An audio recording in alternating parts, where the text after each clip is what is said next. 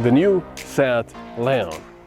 This sort of completes the Quattro group of our on our channel of the cars we had: the new Golf, the new Octavia, the new Audi A3, and now the new Leon. The only problem is it's not an Audi. It drives like an Audi, but it doesn't have the Audi's MMI infotainment, and it doesn't have the bigger instrument cluster that the Audi has. But it does look pretty good, I would say, especially in the back. I mean, just look at it. I think it looks pretty awesome, especially this brake light along the entire line of the car, this little cliff here for the trunk, and of course, yes, it does have fake exhausts, but I kind of like it.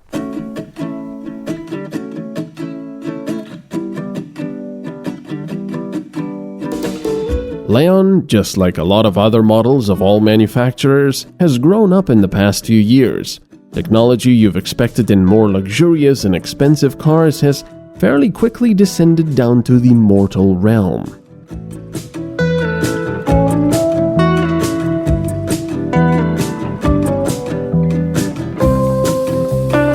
I like the profile of this new model as well, but the rear definitely wins the competition.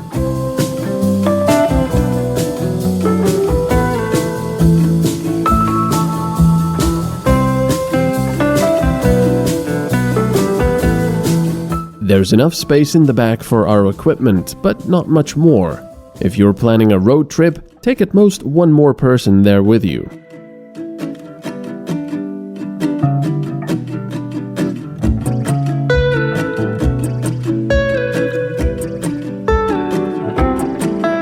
The interior looks great, especially the dashboard.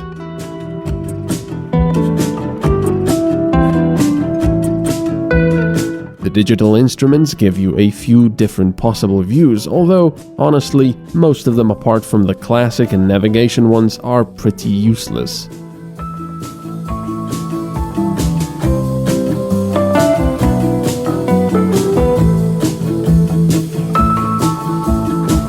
So why did I talk about software before?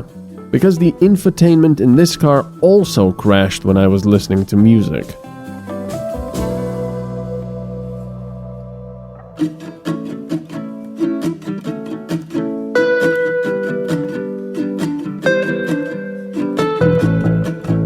The double-clutch transmission works like you'd expect, fast and efficient, but you do have to think ahead if you'll want that full power and downshift yourself, as the computer is otherwise eco-oriented.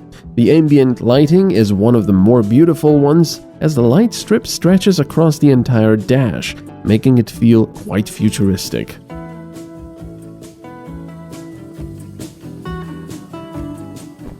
So before we do anything else, we have to talk about my pet peeve, which is, of course, climate control buttons. Seat is now more advanced than Audi A3, for example, which has physical buttons, the Skoda Octavia, which has one button for climate control settings on the infotainment screen, and the Volkswagen Golf, which has a touch button, or well, capacitive button for climate controls on the screen. Now Seat said, that's completely last century, we're gonna go no buttons at all. Well, there are a few here for automatic hold and parking brake and locking, and of course to put the car in park, because this is an automatic. But otherwise there's no physical buttons whatsoever, which means that if you want to well, go to your climate controls, you have to press up here. Well, you do have the touch controls here for the temperature for the passenger and the driver, and the volume controls. Of course, notice the lovely dust that's collecting on the piano black plastics. I love that. But otherwise you have to press up here to get to the climate controls. Here's your fan, your heated steering wheel, which actually does have a physical button on the steering wheel itself, the other stuff, climate control, and then you select where you want the air to go. So yeah, I mean, it's nice when you're sitting still, but when you're driving, I don't like it.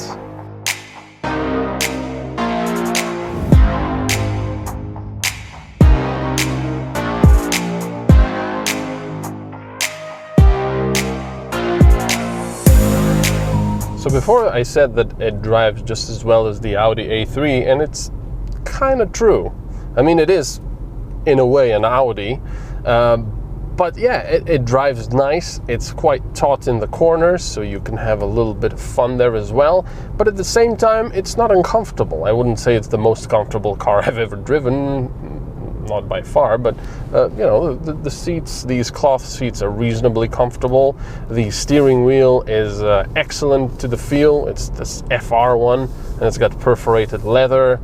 It's really quite lovely. I also have to say that the 1.5 liter petrol engine, the 4-cylinder, thankfully it's not a 3-cylinder, is quite okay. I would be happy with it, even though I would miss the torque of a diesel, of course. But generally, it's a pleasant experience. Of course, if you are more sporty with this engine, it is going to scream quite a bit, so that might get a bit annoying later on. I would rather have a V8, but of course, that's all dreams. And I mean, I've got an infotainment screen over here, which of course is not in the dashboard. It's jutting out of the dashboard, so that's personally not my favorite. But the graphics are nice, and it works quite well, apart from the climate control, which is always my pet peeve. And this digital instrument cluster, which is the smaller version in Volkswagen's group. So, but it's okay.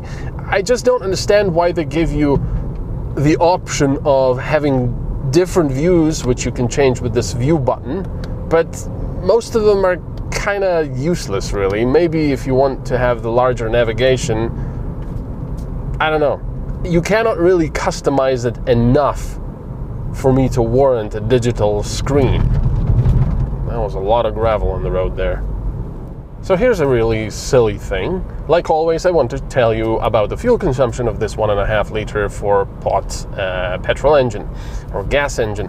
And I haven't found a way to show both the average fuel consumption as well as the instant fuel consumption on the screen at the same time. I mean, I have a lot of space on the screen. Why is that not possible? Look at this. Give me the option of both. No, I haven't found it on any of the screens. So anyway, the average fuel consumption that I have right now is, well, it is 6.3 liters per 100 kilometers.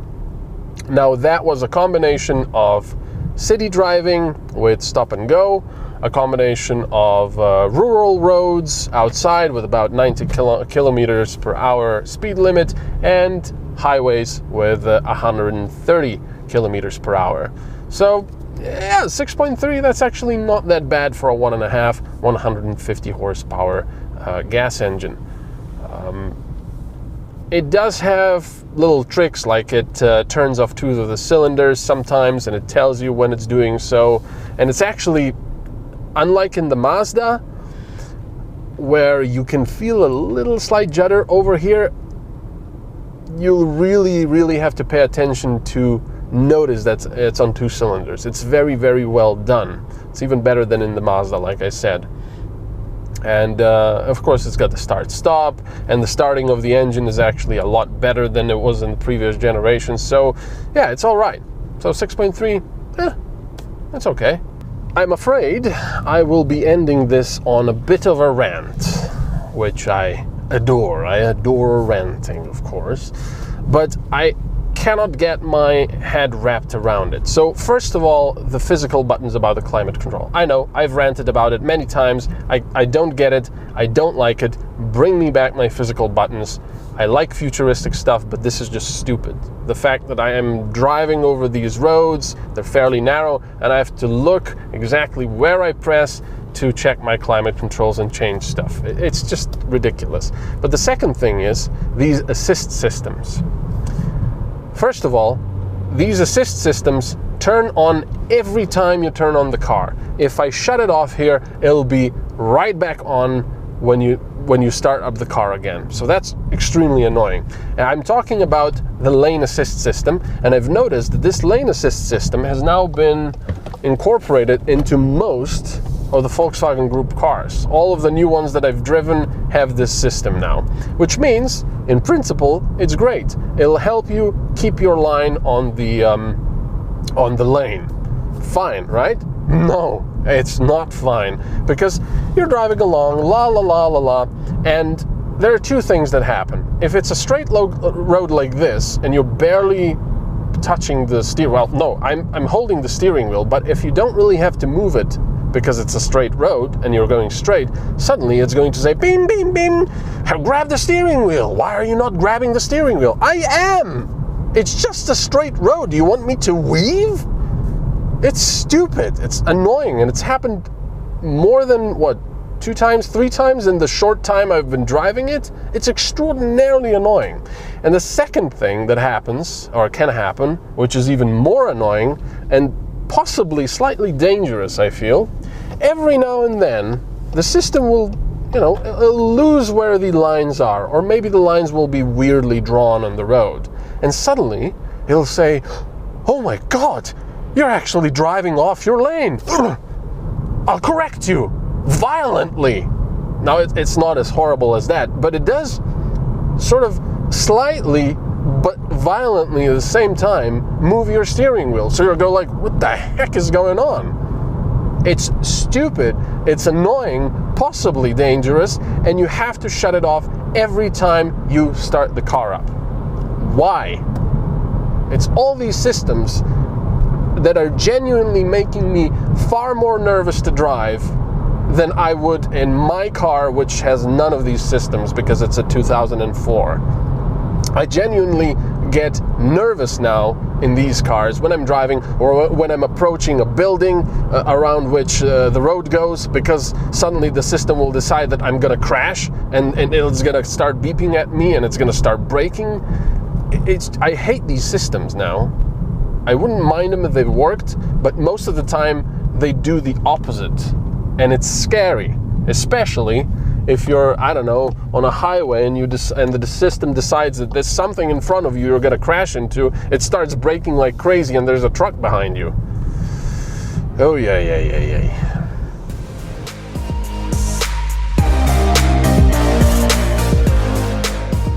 The base Leon starts at 16,500 euros, while the fully equipped one with a diesel engine, automatic transmission and practically all the extras will cost you 38,000 euros.